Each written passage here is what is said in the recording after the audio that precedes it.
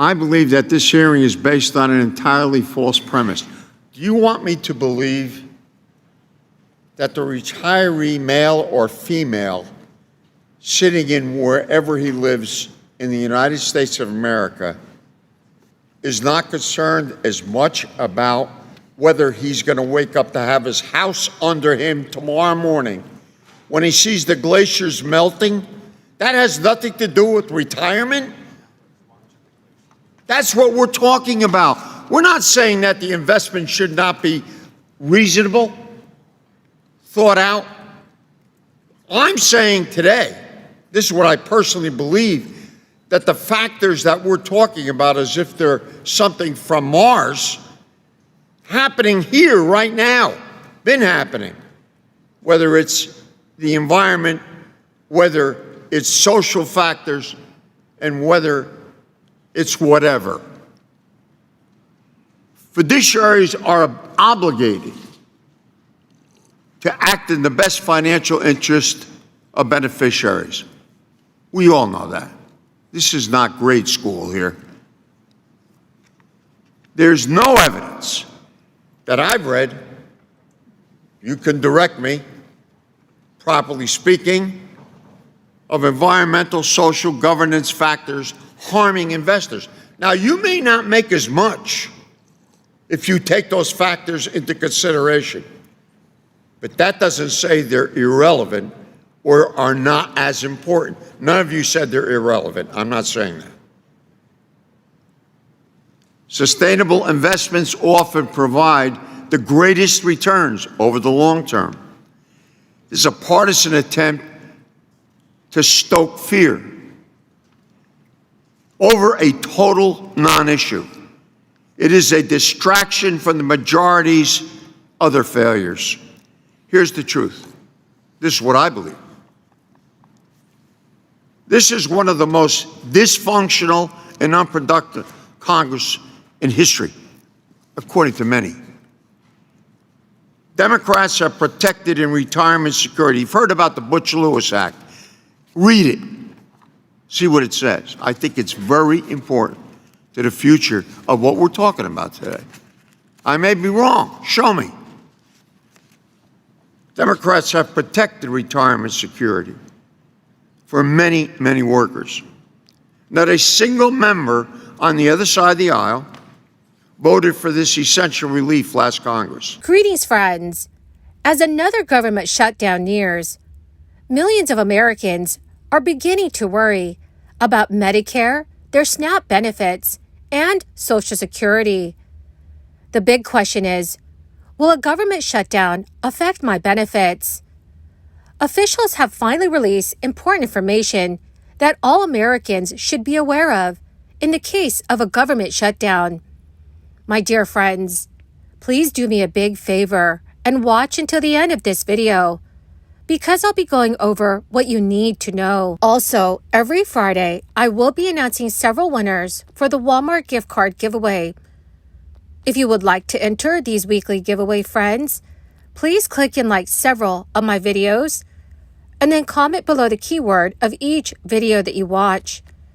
The more videos that you comment on, friends, the greater your chances of winning these giveaways. We are again just days away from a possible government shutdown, which may leave you worried about how this could impact you. The newest deadline is November 17th, after lawmakers pass a continuing resolution in late September, narrowly avoiding an October 1st shutdown. It came after a stretch of chaotic weeks in Congress, but only gave lawmakers 47 days to find a better solution. Those 47 days are dwindling fast. This Thursday, Senate Majority Leader Chuck Schumer teed up a vote on a stopgap government funding bill for next week. Even that would only serve as a temporary extension to avoid a shutdown. A vote next week would cut it even closer to the deadline, which will land on Friday. So what would a government shutdown mean for your Medicare, Medicaid, Veteran Affairs payments, and Social Security? According to Yahoo News, just like with the previous near shutdowns, they will not be impacted. Medicare, Medicaid, and Social Security are funded through separate processes, unlike other programs that require renewal. Those are impacted by the current budget discussions. Many benefits provided by the Department of Veterans Affairs would also still be available. The department, like all government departments, has a contingency plan. In the event of a shutdown, Secretary Dennis McDonough previously explained that there would be no impact on veteran health care. VA would continue to process and deliver benefits to veterans, including compensation, pension, education, and housing benefits. Certain resources may be affected, like outreach to veterans and operations like career counseling and cemetery grounds maintenance. Ultimately, if you receive payments from these agencies, you still will in November, regardless of whether the government shuts down. As McDonough noted, you may have a hard time contacting someone within their respective agency, as some may undergo furloughs during a potential government shutdown. So while every federal agency is required to have a contingency plan in the event of a shutdown, it is still unclear how exactly a potential November 17th shutdown would impact our government operations, but services deemed essential would remain intact. And as of this afternoon, it was still unclear how House Republicans would proceed.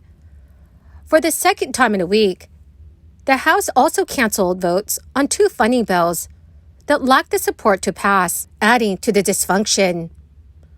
House Democrats have said they want a clean, continuing resolution, which would extend government funding at the previous year's levels, and say the latter approach is a non-starter. The Internal Revenue Service has announced that income tax brackets and standard deductions will be changing come 2024 to 2025 season. The IRS released the information in its annual inflation adjustments report, revealing a 5.4% bump in income thresholds to reach each new bracket. The IRS makes these changes annually, using a formula based around the Consumer Price Index to address inflation and prevent bracket creep. This happens when inflation pushes taxpayers into a higher bracket without any real increase in income or their buying power. So while this bump is lower than last year's historical 7% increase, it is still more significant than times in the past, when inflation was lower than the current 3.7%. There are 7 federal income tax rates as set by the 2017 Tax Cuts and Jobs Act, and they are applied progressively, meaning the more you earn, the higher percentage of taxes you pay from your income. For 2024, the lowest rate of 10% will apply to individual with taxable income up to $11,600 and joint filers up to $23,200. The top rate of 37% will apply to individuals earning above $609,350. That is the end of my daily stimulus update video for today. Dear friends, thank you very much for being part of this community. Every Friday, I will be announcing several winners for the Walmart gift card giveaway.